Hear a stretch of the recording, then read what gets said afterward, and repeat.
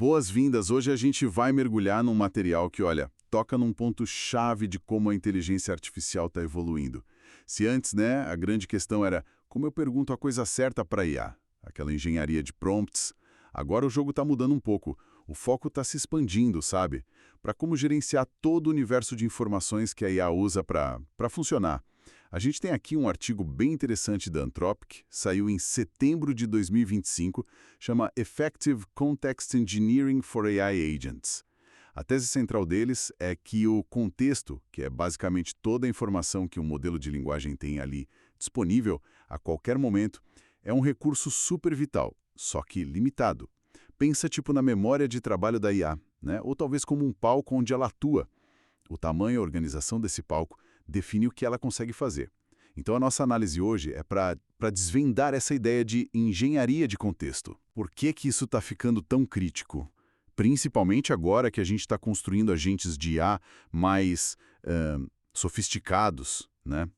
Capazes de fazer tarefas longas, complexas. Vamos explorar as estratégias que a Anthropic propõe para lidar com as limitações desses modelos. A ideia é pegar o essencial para quem está ali na frente, construindo ou usando essas tecnologias. Vamos lá.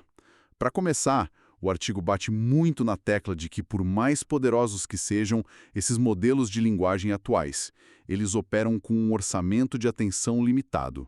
Isso soa bem humano, né? Sim, é uma analogia boa. Como a nossa dificuldade de guardar muitos detalhes na cabeça ao mesmo tempo. É uma analogia pertinente.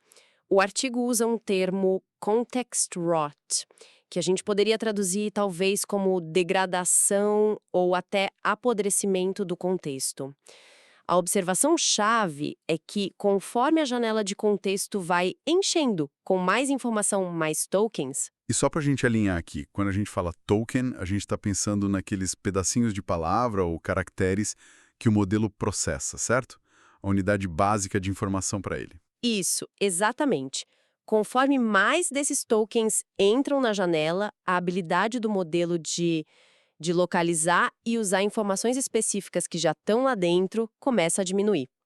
Não é tipo um interruptor liga-desliga, sabe? É mais uma queda gradual de performance. Ah, entendi. E isso, olha, em maior ou menor grau, afeta todos os modelos atuais. E a razão disso é bem fascinante, porque está lá na raiz da arquitetura dos transformers, né, que são a base desses modelos. Cada token, ele presta atenção a todos os outros tokens no contexto. Certo. Matematicamente, isso cria uma complexidade que cresce, nossa, quadraticamente. É n ao quadrado relações para n tokens. Com contextos muito longos, essa teia de atenção pode ficar meio diluída. Uau. E soma isso ao fato de que, durante o treinamento, esses modelos geralmente veem muito mais exemplos de textos curtos do que de textos longos. Então, eles ficam menos experientes, digamos assim, em rastrear dependências que se estendem por milhares de tokens. Então, a questão não é um esquecimento, tipo, esqueci tudo. É mais uma dificuldade crescente de ouvir o sinal certo no meio de muito ruído ou informação acumulada. Exato. Isso realmente muda a perspectiva. Não basta só, sei lá, aumentar o tamanho da janela de contexto infinitamente. A gente precisa ser curador ativo desse espaço. Tratar como um recurso valioso e finito. Precisamente. É um recurso escasso. Certo. Bom, se esse espaço é precioso e ainda pode se degradar, como é que a gente otimiza ele? O artigo do Anthropic entra em detalhes, né? Nos componentes-chave. O primeiro ponto que eles falam são os prompts de sistema, as instruções mestras. Eles falam em achar uma zona cachinhos dourados. Nem muito, nem pouco. Isso mesmo. É bem essa a ideia. A recomendação é fugir dos extremos, sabe? Prompts que são super detalhados, quase um pseudocódigo, com um monte de regra condicional, eles acabam sendo muito frágeis. Quebram fácil se a situação desviar um pouquinho do previsto. E no outro extremo, instruções muito vagas podem não dar a direção certa, ou então presumir um conhecimento que o modelo simplesmente não tem. A estratégia que eles sugerem é focar na clareza, usar linguagem direta e, um ponto crucial, estruturar o prompt. Estruturar como? Usa marcações tipo XML ou Markdown para delimitar as seções, sabe? Tipo, aqui são as instruções, aqui é o contexto de fundo, aqui tem exemplos. Isso ajuda o modelo a analisar a informação. E claro, o ciclo de ouro, né? Testar, ver onde falhou e refinar, seja com instrução mais precisa ou com exemplos melhores. Faz todo sentido essa busca pelo equilíbrio. E sobre as ferramentas? Os tools que os agentes usam para interagir ou buscar dados fora. O artigo parece dar bastante ênfase na eficiência aqui. Definitivamente, a eficiência das ferramentas é dupla. Primeiro, elas têm que retornar a informação de um jeito conciso, sem ficar poluindo o contexto com um monte de dado que não precisa. Certo. Segundo, o próprio design das ferramentas tem que incentivar o agente a usar elas de forma eficiente. O artigo alerta para um erro comum, que é criar um arsenal de ferramentas gigante, sabe? Com funções repetidas ou nomes que não são claros. Eles até propõem uma heurística interessante. Se um humano olha para o conjunto de ferramentas e fica na dúvida de qual usar, o modelo de IA provavelmente também vai ficar confuso. Boa essa. Então um conjunto menor, mais coeso, com descrições bem claras, é mais robusto. Essa heurística da confusão humana é um termômetro ótimo. E por último, nessa parte de otimização mais estática, eles mencionam os exemplos no prompt. O tal do few shot prompting continua sendo valioso, mas tem um porém, né, pelo que eu entendi. Exato. O porém é não exagerar na quantidade. A tentação, às vezes, é listar um monte de caso específico tentando cobrir tudo o que pode acontecer. Sim, sim. Mas o artigo argumenta que é mais eficaz você selecionar um conjunto pequeno, mas que seja diverso e canônico de exemplos. Ou seja, exemplos que capturem a essência dos diferentes comportamentos que você quer nas situações mais importantes. Para a máquina, alguns exemplos bem escolhidos funcionam como arquétipos poderosos, sabe? Transmitem mais entendimento do que páginas e páginas de regra. Entendido. Então, para essa primeira camada de otimização, a mensagem é clareza, concisão e exemplos estratégicos. Menos é mais, desde que esse menos seja muito bem pensado, né? Exatamente. Cada token ali tem que justificar por que está ocupando espaço no contexto. Agora, o artigo traz uma ideia que me pareceu um salto conceitual bem importante. A recuperação de informação just in time. Isso muda a forma de pensar sobre como mudar o contexto, né? Em vez de carregar tudo de uma vez, a informação chega sob demanda. É uma mudança significativa, assim, e que, de novo, tem uns paralelos com a cognição humana, né? A gente não carrega o conteúdo da biblioteca inteira na cabeça, a gente usa índice, catálogo, busca, para achar a informação na hora que precisa. Verdade. A engenharia de contexto just in time aplica essa lógica para IA. O agente mantém no contexto principal só uns ponteiros leves, nome de arquivo, URL, ID de documento, e usa as ferramentas dele para buscar e carregar o conteúdo completo só quando a tarefa realmente pede. O exemplo que eles dão do Cloud Codes é muito bom, usando comandos como head e tail para inspecionar arquivos enormes sem precisar carregar tudo. É muito ilustrativo dessa eficiência. Totalmente. Permite lidar com volumes de dados que, nossa, simplesmente não caberiam na janela de contexto. E tem uma sutileza aí. Os próprios metadados desses ponteiros, o nome do arquivo, onde ele está, numa estrutura de pastas, a data de criação ou modificação, eles funcionam como pistas contextuais para o agente. Ah, interessante. Isso permite o que o artigo chama de divulgação progressiva da informação. O agente não recebe tudo mastigado de uma vez, ele vai descobrindo o contexto relevante aos poucos, conforme explora o ambiente digital dele, guiado por essas pistas e pela necessidade da tarefa. Mas isso me levanta uma questão também. Essa liberdade toda para explorar não traz o risco do agente se perder, ou gastar tempo e orçamento de contexto buscando coisa inútil? Parece que exige uma orientação muito bem feita, não? Esse é o contraponto crucial. E o artigo aborda isso também.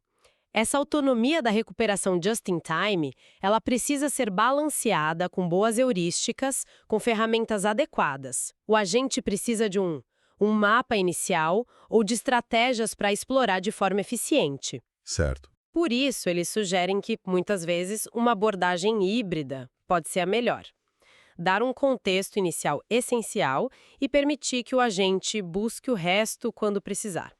A tendência, eles argumentam, é que modelos futuros, mais capazes, possam lidar com mais autonomia, precisando de menos direcionamento explícito. Entendi. Mas aí o design das ferramentas de busca e a capacidade do agente de formular boas perguntas ou queries, né, se tornam ainda mais críticos. Entendi. É uma troca, né? Menos carga inicial de contexto, mas exige mais inteligência na hora de explorar. Agora vamos ao desafio das tarefas de longo prazo. Coisas como, sei lá, refatorar uma base de código inteira, ou fazer uma pesquisa super extensa, coisas que claramente ultrapassam qualquer janela de contexto atual. Sim. Mesmo com janelas maiores, o problema da poluição e informação antiga atrapalhando agora parece que continua, né? Exatamente. A janela de contexto, por maior que seja, ela é finita. E mesmo dentro dela, informação mais antiga pode perder relevância ou até confundir o modelo. Para lidar com isso, em tarefas que se estendem por muitas interações ou horas, o artigo da Anthropic detalha 3 estratégias principais. Quais são? A primeira é a compactação, compaction. Imagina que a conversa com o agente está chegando ali perto do limite da janela. A ideia é usar o próprio modelo para criar um resumo bem conciso do histórico da interação até aquele ponto. O próprio modelo resume? Esse resumo tem que manter o essencial, decisões importantes, objetivos atuais, problemas que ainda estão abertos, enquanto descarta a informação redundante ou de baixo valor, tipo resultados completos de ferramentas que foram usadas lá atrás. O Cloud Code que a gente mencionou aplica isso, ele mantém um resumo da conversa e os trechos de código mais recentes. Uma forma bem simples de compactar é só tirar as chamadas de ferramenta e a saída bruta delas do histórico antigo. O desafio é calibrar o resumo para não perder detalhes importantes, né? Nuances. Uma espécie de faxina inteligente do histórico feita pelo próprio modelo. Interessante. Qual a segunda técnica? A segunda é a tomada de notas estruturadas, Structured Note-Taking. Eles também chamam de memória agêntica, Agentic Memory. Aqui o agente é instruído a proativamente registrar informações importantes, tipo progressos, descobertas, planos, obstáculos numa memória externa. Pode ser um arquivo de texto, um banco de dados simples. Fora do contexto principal. Exato, fica fora da janela principal. Mas o agente pode consultar essa memória quando precisar, usando as ferramentas dele. Isso permite rastrear estados e dependências em tarefas muito, muito longas. O exemplo divertido que eles dão é de um agente Claude jogando Pokémon, e usando essa técnica para manter um registro preciso de milhares de ações e do estado do jogo por horas. Caramba. A Anthropic até lançou uma ferramenta beta para facilitar essa gestão de memória externa. E isso parece muito poderoso para tarefas que envolvem muita iteração, né? Que precisam manter um estado consistente. E a terceira qual é? A terceira são as arquiteturas de subagentes, Sub-Agent Architectures. A lógica aqui é bem dividir para conquistar. Em vez de ter um agente só monolítico tentando lidar com uma tarefa super complexa e seu contexto imenso, você cria um sistema. Tem um agente principal, tipo um orquestrador, e vários subagentes especializados. Ah, tipo equipes. Quase isso. O agente principal define o plano geral e delega subtarefas específicas para os subagentes. Cada subagente trabalha com a sua própria janela de contexto, focada só na sua tarefa. Ele pode fazer explorações profundas, usar muitas ferramentas, sem poluir o contexto do agente principal. E aí eles devolvem o resultado. Exato. No final, eles retornam só um resultado ou um resumo conciso para o orquestrador. Essa abordagem modular se mostrou muito eficaz para tarefas como pesquisa e análise complexa, onde você pode ter diferentes linhas de investigação rolando em paralelo. Parece uma abordagem de engenharia de software mesmo, aplicada a IA. Faz sentido que a modularidade ajude a gerenciar a complexidade. E a escolha entre essas três, compactação, anotações, subagentes, deve depender muito da tarefa, imagino. Com certeza.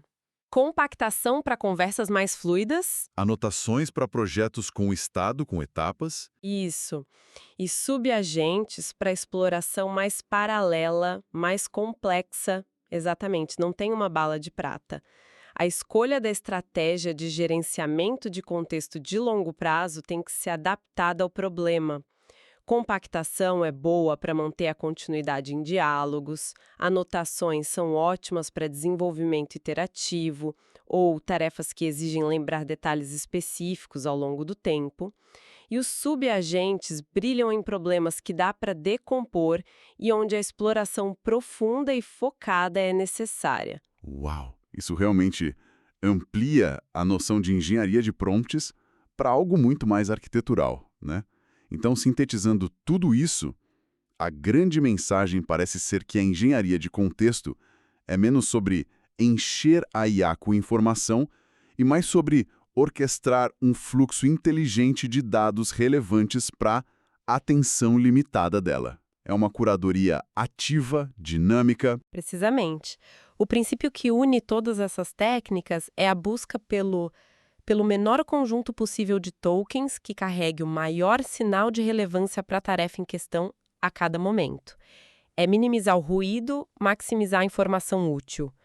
Seja através de prompts bem estruturados, ferramentas eficientes, recuperação just in time, compactação de histórico ou arquiteturas modulares, o objetivo final é sempre otimizar o uso desse recurso que é escasso, a atenção do modelo. E olhando para o futuro, né, conforme os modelos ficam mais capazes, talvez essa engenharia precise ser menos prescritiva.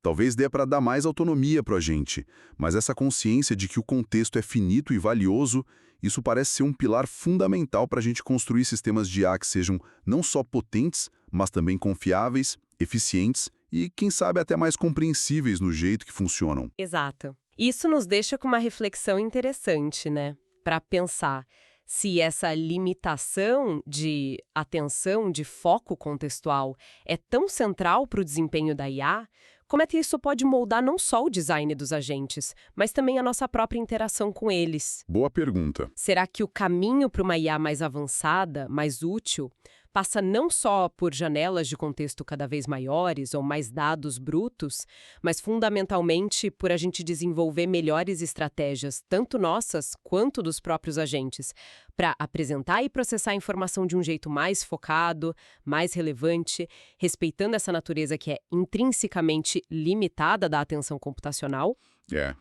Fica aí a reflexão. Fica a reflexão. Algo para a gente continuar explorando.